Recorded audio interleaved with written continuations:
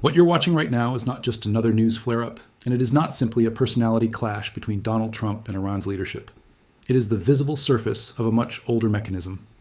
When a major power decides a rival's strategic direction is unacceptable, it usually does not begin with the final strike.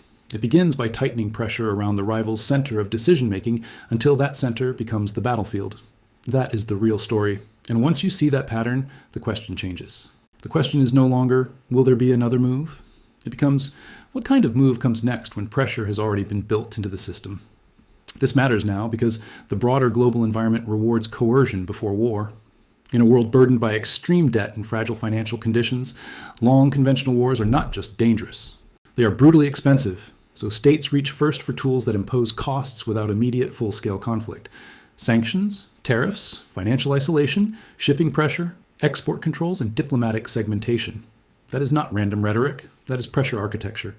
And once that architecture exists, events begin to move in sequence. First, the threat is formalized, then the pressure perimeter expands. Then the decision maker becomes the bottleneck. Then diplomacy starts to look less like negotiation and more like a narrowing corridor. That is why this moment feels different. Not because the headlines are louder, because the structure is maturing. The pattern itself is simple, and it repeats with devastating consistency. First comes framing and setup. The state is no longer treated as a difficult adversary, but as a multi-domain threat. Security threat, economic threat, regional threat, ideological threat. That language is not cosmetic. It creates legal and political permission for what comes next. Emergency authorities are renewed. Allies are briefed. Intelligence narratives harden. Public messaging starts separating people from regime, and then regime from leader. Then comes expansion. Pressure moves beyond direct sanctions and reaches into the ecosystem around the target. Third country trade, financing channels, shipping insurance, banking access, proxy networks, political cover, elite wealth. The goal is not just punishment. The goal is to force strategic choices under worsening conditions. Then comes compression and crisis. This is the phase where the target still appears to have options, but those options are shrinking.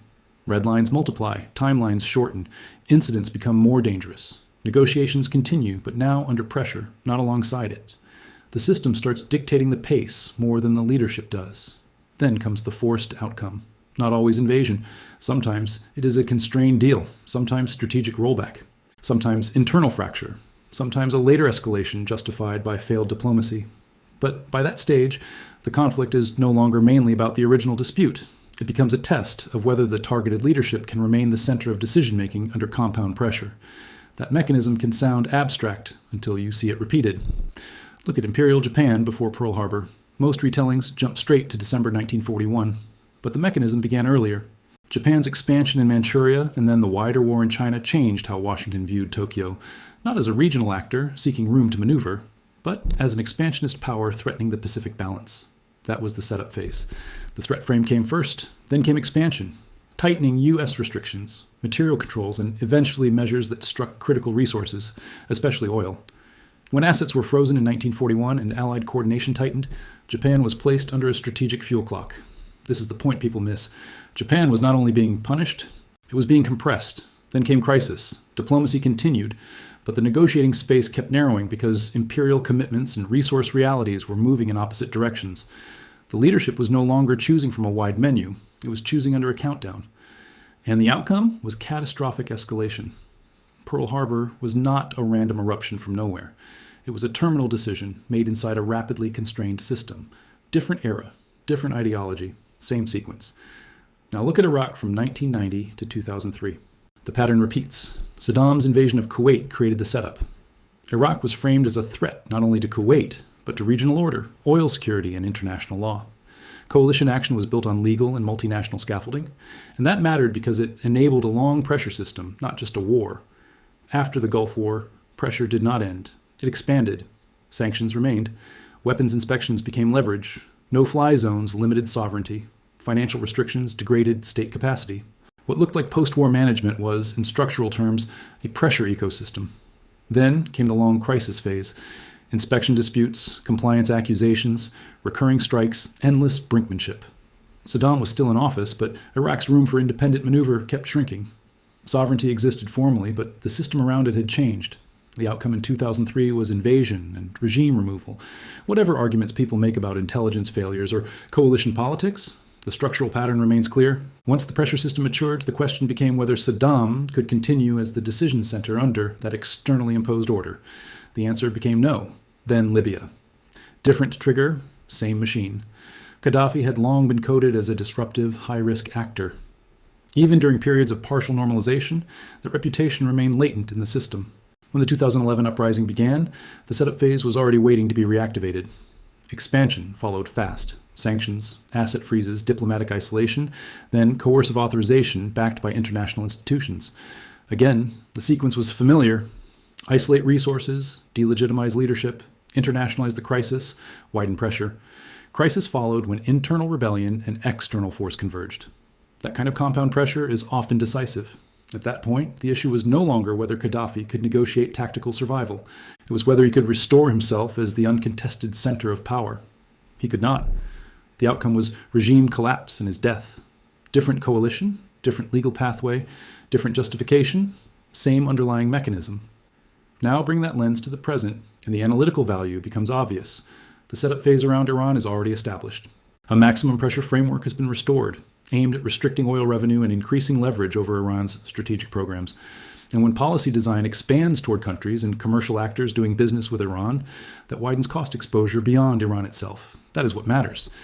It is not just pressure on a state, it is pressure on the state's ecosystem.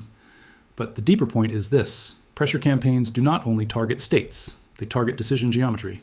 And in Iran, the supreme leader is not a symbolic figure in the way many outside observers assume. That office sits at the apex of ideological legitimacy, strategic doctrine, military security arbitration, and elite cohesion. So any serious coercive campaign will eventually orient toward that office, directly or indirectly, because that is where strategic continuity is anchored. This is why messaging matters. When public language separates the Iranian people from the regime, and then increasingly frames outcomes around whether top leadership chooses de-escalation or confrontation, that is not just political theater. It is the personalization phase of the pressure system. And now the expansion phase is visible in real time. Signals of possible Iranian flexibility can appear at the same time that pressure tools continue evolving. That combination matters more than either headline by itself. Because when diplomacy and coercion advance together, the objective is often not immediate settlement. It is leverage maximization before terms harden. One side negotiates while preserving escalation options. The other negotiates while trying to buy time, preserve deterrence, and avoid the appearance of surrender. That is not ordinary diplomacy. That is bargaining inside a pressure chamber. So what is the likely next move? Not necessarily a direct military strike. In fact, systems like this often prefer moves that tighten the supreme leader's decision space without triggering immediate full-scale war. That can mean more aggressive secondary enforcement against Iran-linked commerce, tighter targeting of financial facilitators, more intense deadline politics around enrichment and verification, greater exposure of regime-linked networks, or diplomatic terms structured so that visible top-level endorsement becomes unavoidable. And that last point is crucial.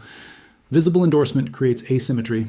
If the supreme leader approves a constrained arrangement, opponents can frame it as proof that coercion worked. If he rejects it, they can frame him as the singular obstacle to relief and de-escalation. Either way, the burden shifts upward. The center absorbs the cost. That is the strategic move, collapsing the distance between Iran policy and Khamenei's choice. Once that collapse happens, future escalation becomes easier to justify in public. Economic pressure can be sold as precision. Allied coordination becomes easier because the narrative is simplified. Even failed talks become useful because they can be framed as evidence that top leadership refused a reasonable path. This is why you should be careful with the phrase peace talks.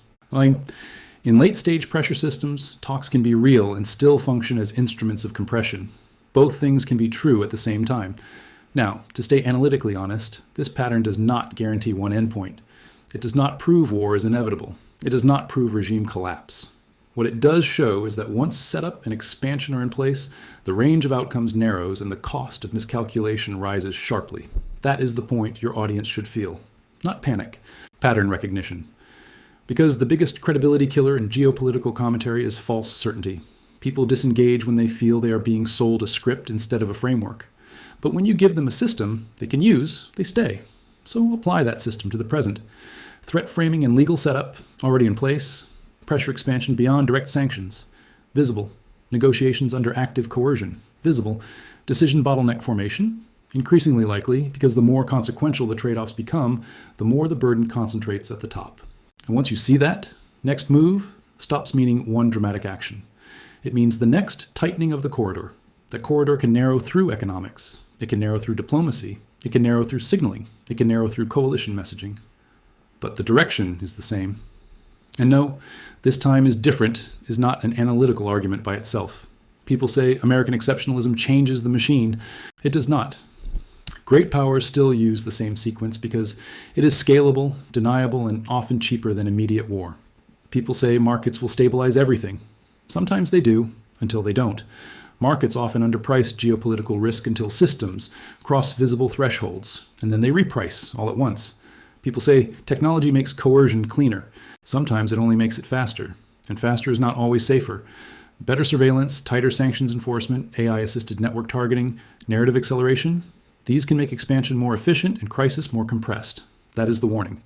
The value of this analysis is not in predicting a headline word for word. It is in identifying the corridor inside which future headlines are likely to appear. Maybe the next signal is economic, maybe diplomatic, maybe covert, maybe a public ultimatum wrapped in the language of peace. But if the move raises the cost of defiance while preserving escalation options, then it belongs to the pattern. And if you are watching this as an investor, analyst, journalist, or simply someone trying to understand the world without getting trapped in headline panic, here is the practical takeaway. Stop treating geopolitics as disconnected events. Start tracking sequence. Ask, every time, has the threat frame been formalized? Has pressure expanded beyond the target to the target's ecosystem? Are negotiations happening under tightening timelines? Is one decision maker being turned into the focal point of the entire dispute? If the answers are yes, you are not watching random noise. You're watching a mature, coercive system move toward a forced outcome. That does not mean certainty, it means structure. And structure is what gives you an edge before the crowd catches up. Watch energy flows, watch sanctions language, watch trade enforcement details, watch shipping and insurance exposure, watch whether diplomatic progress is paired with new coercive tools in the same week. That combination tells you more than any press conference. Because in systems like this, diplomacy and escalation are often not opposites. They are parallel instruments. And the people who get blindsided are usually the ones who mistake negotiations for de-escalation, speeches for strategy, or one leader's personality for the entire machine. What we are watching around Iran's supreme leader is not just a media story, it is a sequence history has shown before in different languages, under different flags, and with different justifications. The details change. The mechanism doesn't. So if you want the real advantage, don't just ask what Trump says next. Ask what stage the system is in, because the stage tells you which moves are still on the table, which ones are becoming more likely, and why the corridor is tightening before most people even notice it. And that is how you stay ahead of the headline cycle. Not by reacting faster to noise, but by seeing the pattern before the noise turns into shock.